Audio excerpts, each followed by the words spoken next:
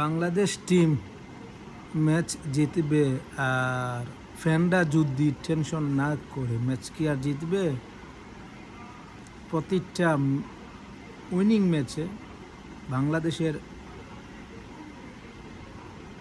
Fan যারা আছে তারা অবশ্যই একটা নাটক দেখে প্রতিটা উইনিং ম্যাচে, যা গতকালকের আফগানিস্তান বনাম বাংলাদেশের T20 সিরিজ চলাকালীন সময় বাংলাদেশের যখন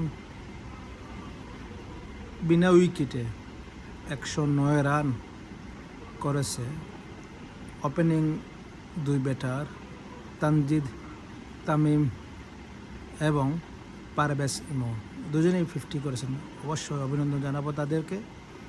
কিন্তু তাদের যখন আউট হয়ে চলে যাওয়ার ঠিক মুহূর্তগুলো ছিল নাটকীয় এবং হাস্যকর, একটা ড্রামা। 9 রানের মধ্যে 5টা উইকেট এমনিতেই পড়ে গেছে। যদি সোহান কিংবা রিশাদ হোসেন না থাকতো তাহলে গতকালকের ম্যাচটা হয়তো আমরা এমনিই দিয়ে আসতাম আফগানিস্তানকে। প্রতিটা ম্যাচেই বাংলাদেশ একটা নাটক শুরু করে।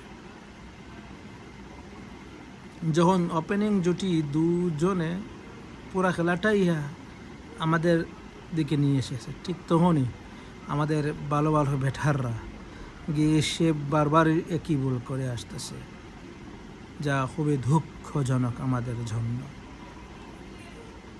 এই ক্রিকেটকে বাঁচাতে হলে, ক্রিকেটের ফ্যান্স বেজকে বাঁচাতে হলে অবশ্যই বাংলাদেশ ক্রিকেট বোর্ডকে আরও একটু ভাবা উচিত আমি মনে করি।